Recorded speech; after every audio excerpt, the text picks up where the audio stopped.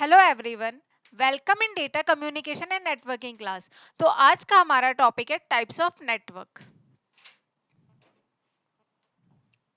Types of network यानी network के क्या क्या टाइप्स है और हमने इसको किस तरह कैटेगराइज किया है। तो सबसे पहले हमने नेटवर्क को on the architecture and functionality यानी आर्किटेक्चर यानी हमारे नेटवर्क का जो डिजाइन है वो किस तरह का है, उस बेस पे हमने नेटवर्क को टू टाइप से डिवाइड किया है। पहला है peer to peer, second is client server. Second on the geographical area. Geographical area यानी हमारा जो नेटवर्क है कितने एरिया को कवर करता है, उसके बेस पे हमने थ्री टाइप से उसको डिवाइड किया है। पहला है लेन, मैन एंड वैन। फिर कुछ अदर नेटवर्क्स है, PAN, CAN, SAN, intranet, extranet, internet, EPN, enterprise private network, HN and passive optical local area network. ये हम आगे पढ़ेंगे। तो पहले अभी हमारी जो क्लास है उसमें हम ये पढ़ेंगे ऑन द आर्किटेक्चर यानी आर्किटेक्चर के बेस पे हमने इनको टू टाइप से नेटवर्क को डिवाइड किया। पहला है पीयर टू पीयर, सेकंड है क्लाइंट सर्वर। तो पहले हम देखते हैं पीयर टू पीयर आर्किटेक्चर क्या होता है।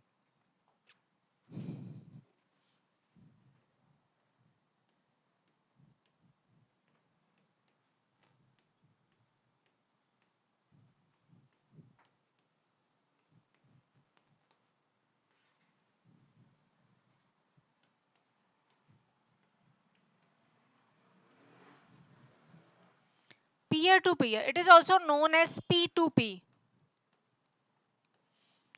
या कंप्यूटर टू कंप्यूटर।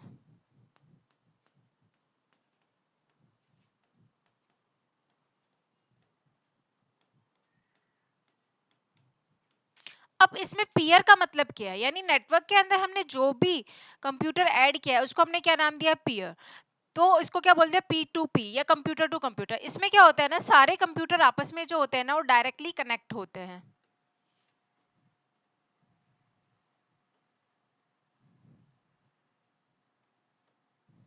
ये इससे कनेक्ट है, ये इससे कनेक्ट है, ये इससे कनेक्ट है, यानी इसमें सारे कंप्यूटर डायरेक्टली कनेक्ट होते हैं, इसलिए इसको क्या नाम दिया, कंप्यूटर टू कंप्यूटर। और इन्हीं कंप्यूटर को हमने क्या बोला, पीयर। तो it is also known as P2P या पीयर टू पीयर आर्किटेक्चर। अब इसमें क्या होता है, सारे कंप्यूटर आपस में डायरेक्टली कनेक्ट है, इसमें कोई सेंट्रल सिस्टम नहीं होता है, नो सेंट्रल सिस्टम।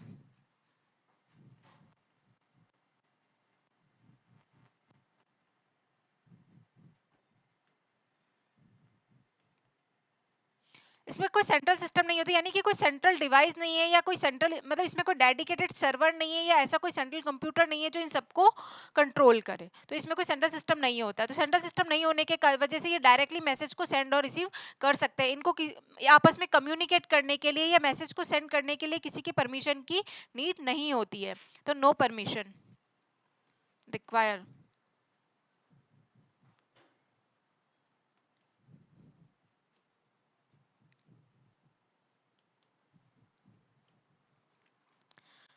अब इसमें कोई सेंट्रल सिस्टम नहीं है, कोई डेडिकेटेड सर्वर नहीं है, इसलिए ये थोड़ा कम कॉस्टली होता है, लेस कॉस्टली।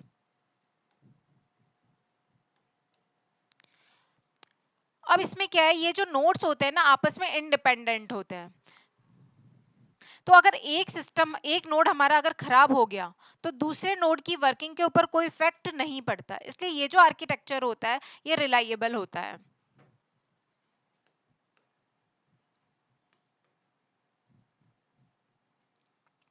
पर ये लेस सिक्योर होता है। लेस सिक्योर क्यों है, क्योंकि इसके अंदर कोई सेंट्रल सिस्टम नहीं है जो इन सबको कंट्रोल करे, इस वजह से ये कम सिक्योर होता है।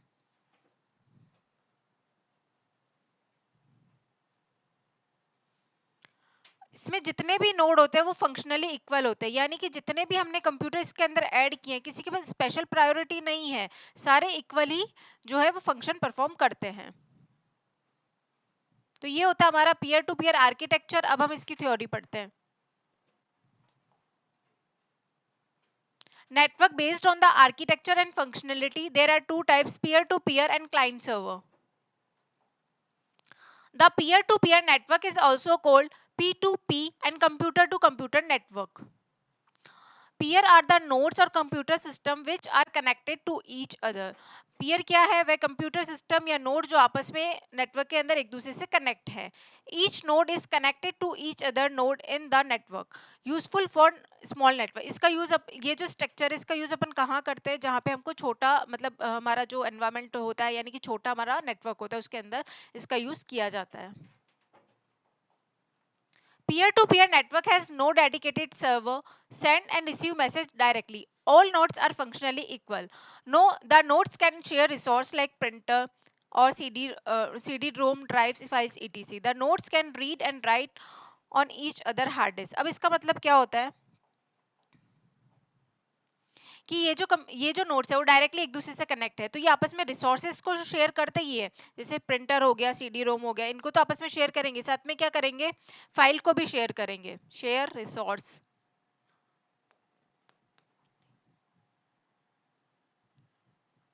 शेयर फाइल, यानी ये वाला जो हमारा पीसी है, यदि इसके ऊपर कोई फाइल स्टोर है 1, तो इससे से जुड़े हुए दूसरे कंप्यूटर बी और सी वो इस फाइल को एक्सेस कर सकते हैं। साथ में इस फाइल के ऊपर वो क्या कर सकते हैं, रीड और राइट ऑपरेशन भी परफॉर्म कर सकते हैं। वो रीड और राइट ऑपरेशन कैसे कर सकते हैं, जैसे कि इस फाइल को एक्सेस करके इस फाइल के अंदर जो भी लिखा है उसको पढ़ सकते हैं और उसमें कुछ चेंजेस भी कर सकते हैं, यानी कि वो एक दूसरे की हार्ड डिस्क के ऊपर रीड और राइट ऑपरेशन जो है वो परफॉर्म कर सकते हैं।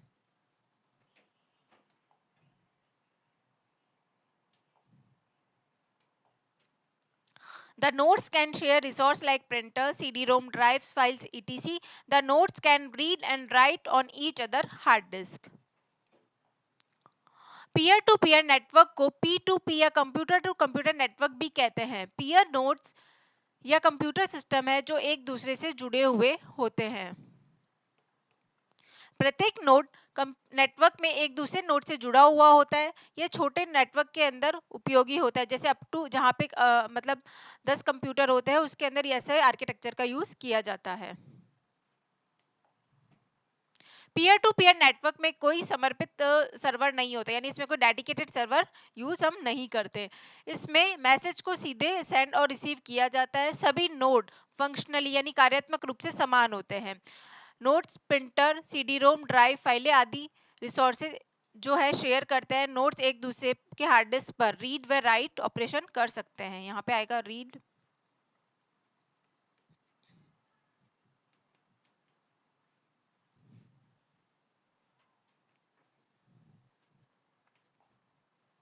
Advantage: it is less costly and it does not contain any dedicated server. इसमें कोई dedicated server नहीं है, इसलिए ये कम costly होता है। The network is reliable in nature. If a peer fails, it will not affect the working of the other. यदि एक नोड हमारा खराब हो जाता है तो उसका इफेक्ट जो होता है दूसरे वर्किंग नोड पे नहीं पड़ता है। It is easy to set up and maintain. इसे आसानी से सेटअप और मेंटेन किया जा सकता है। Nodes are independent of each other. No access permission are needed, यानी एक दूसरे को मैसेज को सेंड करने के लिए किसी परमिशन की नीड नहीं होती है। इसमें कोई डेडिकेटेड सर्वर नहीं होता है, इसलिए यह कम महंगा होता है। यदि एक कंप्यूटर काम करना बंद कर देता है तो दूसरे कंप्यूटर काम करना बंद नहीं करते। इसे आसानी से सेटअप व मेंटेन किया जा सकता है। नोड्स एक दूसरे से स्वतंत्र होते हैं, इसमें किसी भी प्रकार की परमिशन या अनुमति की आवश्यकता नहीं होती है।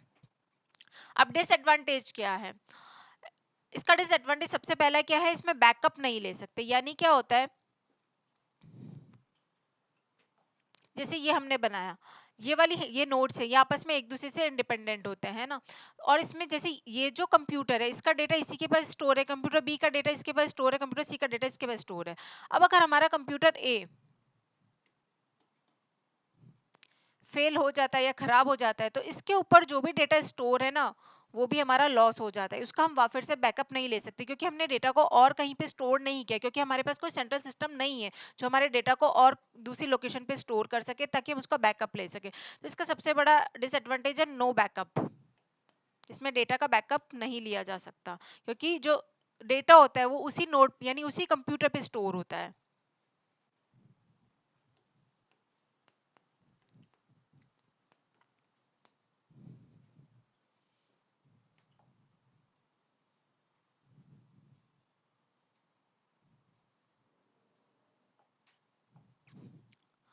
तो it does not contain the centralize system, therefore it can not backup the data. इसमें कोई सेंट्रलाइज सिस्टम नहीं होता इसलिए डेटा का बैकअप नहीं लिया जा सकता। लेस सिक्योर, ये जो होता है कम सुरक्षित होता है। नेक्स्ट, अब जैसे ये हमारा पीयर टू पीयर आर्किटेक्चर है जिसमें 3 कंप्यूटर है वो जो डायरेक्टली आपस में कनेक्टेड है।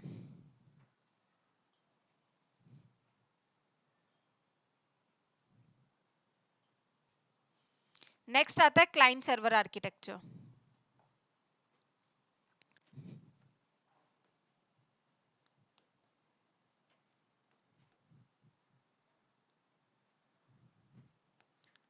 अब क्लाइंट सर्वर में क्या होता है, इसमें एक डेडिकेटेड कंप्यूटर होता है जिसको हम बोलते हैं सर्वर। ये क्या होता है, सेंट्रल कंट्रोलर होता है, पूरे नेटवर्क को ये कंट्रोल करके रखता है, तो इसको अपन बोलेंगे सेंट्रल कंट्रोलर।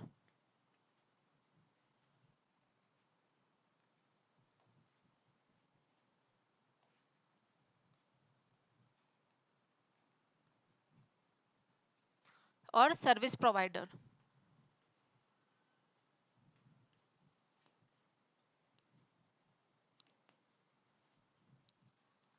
तो जो सर्वर होता है वो हमारा सेंट्रल कंट्रोलर होता है जो पूरे नेटवर्क को कंट्रोल करता है, साथ में सिक्योरिटी मेंटेन करता है और जितने भी रिसोर्सेज है उनको कंट्रोल करता है। तो इससे जुड़े हुए जो भी कंप्यूटर होता है इससे, वो क्या होता है, क्लाइंट।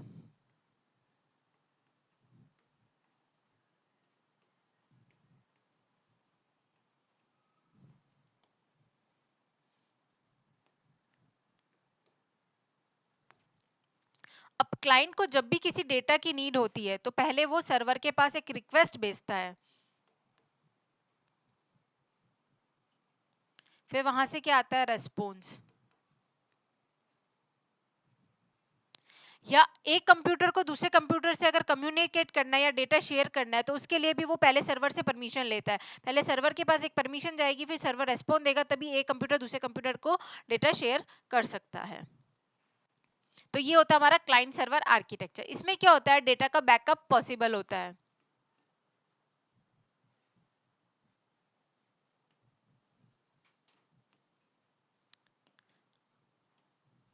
अब इसमें बैकअप ऑफ डेटा, यानी डेटा का बैकअप कैसे होता है, क्यों, क्योंकि जो सर्वर होता है वो डेटा को एक से ज्यादा लोकेशन पे स्टोर करके रखता है। तो अगर एक जगह से हमारा डेटा करप्ट हो जाता है तो हम दूसरी जगह से उस डेटा को ले सकते हैं, तो इसमें डेटा का बैकअप पॉसिबल होता है। पर ये जो सर्वर होता है ये बहुत कॉस्टली होता है, इस वजह से ये जो आर्किटेक्चर होता है वो हमारा बहुत महंगा होता है। और इसमें सिक्योरिटी जो होती है वो हाई होती है।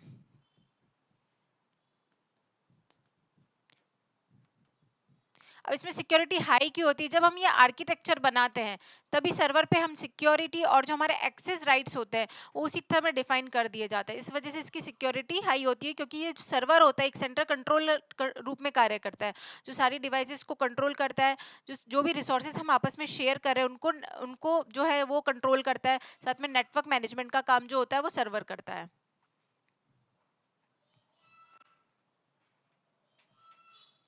नेक्स्ट, इजी टू स्केल,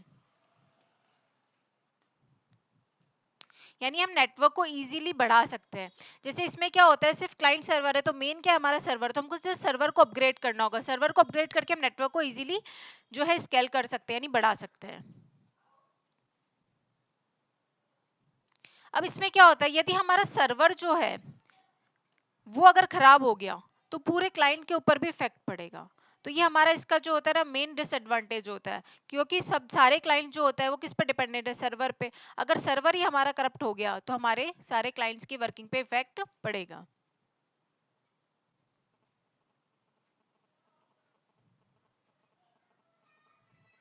ये हमारा क्लाइंट सर्वर आर्किटेक्चर। अब हम इसकी थ्योरी पढ़ते हैं। Client server. The central controller is known as server, while all the other computer in the network are called clients. A server is a node that acts as a service provider for clients. They wait for client request and then respond to them. Server जो होता है central controller होता है, जो कैसे service provider के रूप में कार्य करता है, जो रिक्वेस्ट का वेट करता है क्लाइंट की और फिर बाद में रिस्पॉन्स करता है। The server performs security and network management. A server manage all the resources such as file, directories, printer, etc. A client is a machine that requests service from a server. Client क्या है, machine है जो server से request करती है service के लिए।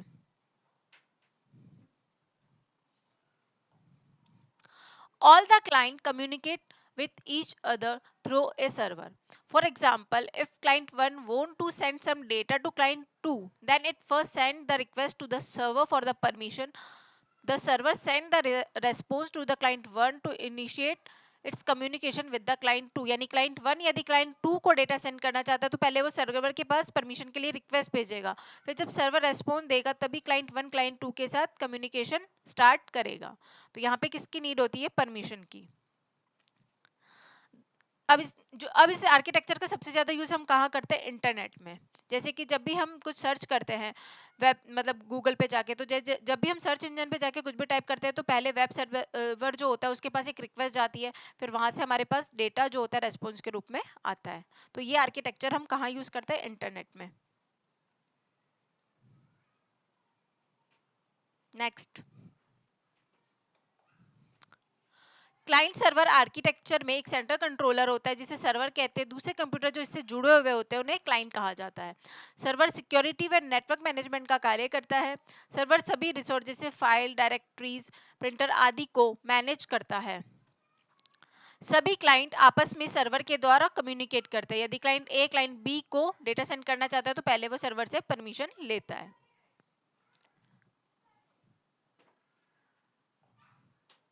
Advantage: backup of the data easily. The network is easily scaled by just upgrade the server. Data sharing speed is high. Server can serve multiple clients at a time. Security is high. इसमें server जो होता है ना, एक साथ बहुत से clients की रिक्वेस्ट को रेस्पॉन्स कर सकता है, और इसमें जो डेटा शेयरिंग की स्पीड होती है वो बहुत ज़्यादा होती है। इसमें डेटा का बैकअप आसानी से लिया जा सकता है। इसमें डेडिकेटेड सर्वर होने के कारण इसकी परफॉर्मेंस अच्छी होती है। इसमें सिक्योरिटी भी ज़्यादा होती है। इसमें सर्वर एक समय में एक से ज़्यादा क्लाइंट की रिक्वेस्ट को रेस्पॉन्स कर सकता है। इसमें डेटा शेयरिंग की स्पीड हाई होती है।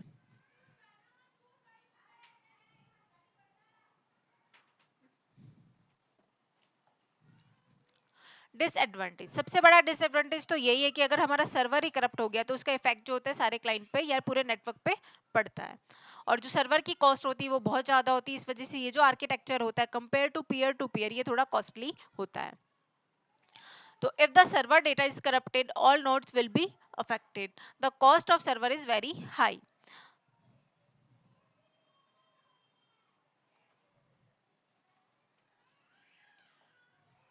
ये हमारा आर्किटेक्चर होता है, यानी इंटरनेट से हमारे ये जो क्लाइंट जितने भी कंप्यूटर जुड़े हैं वो तो क्या हो गए हम क्लाइंट, और ये होता है हमारा सर्वर जिससे हम क्या करते हैं? एक रिक्वेस्ट भेजते हैं डेटा के लिए,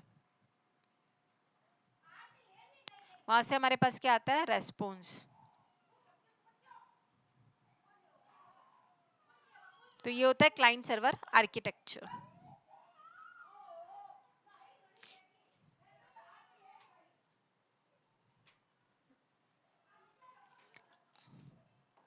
अब ये जो भी हमने पढ़ा था peer to peer client server, इसमें अंदर एक की पॉइंट है जो पहले है तो वो पीयर टू पीयर का, पर मैंने लास्ट में इसलिए समझाया क्योंकि जब तक हम क्लाइंट सर्वर आर्किटेक्चर नहीं समझेंगे तब तक हमको ये चीज समझ में नहीं आएगी। Each of the node can act as, sorry, in peer to peer,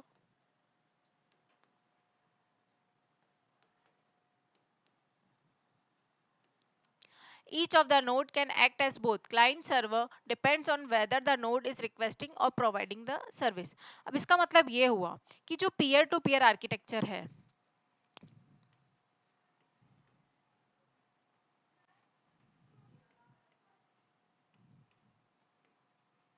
इसमें सभी नोड या तो किसकी तरह बिहेव करेगा, या तो एज ए क्लाइंट बिहेव करेगा या एज ए सर्वर बिहेव करेगा या दोनों की तरह बिहेव करेगा। अब एज ए क्लाइंट वो कब बिहेव करेगा?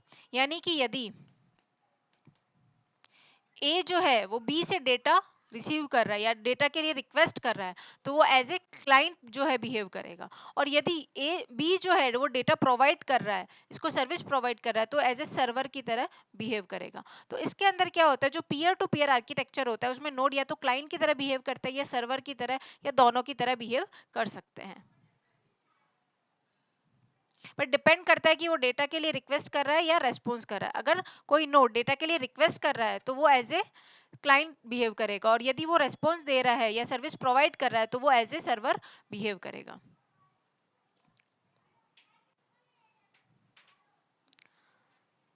Thank you so much. तो आज की हमारी क्लास यहीं खत्म होती है, आगे नेक्स्ट हम कल करेंगे। Thank you.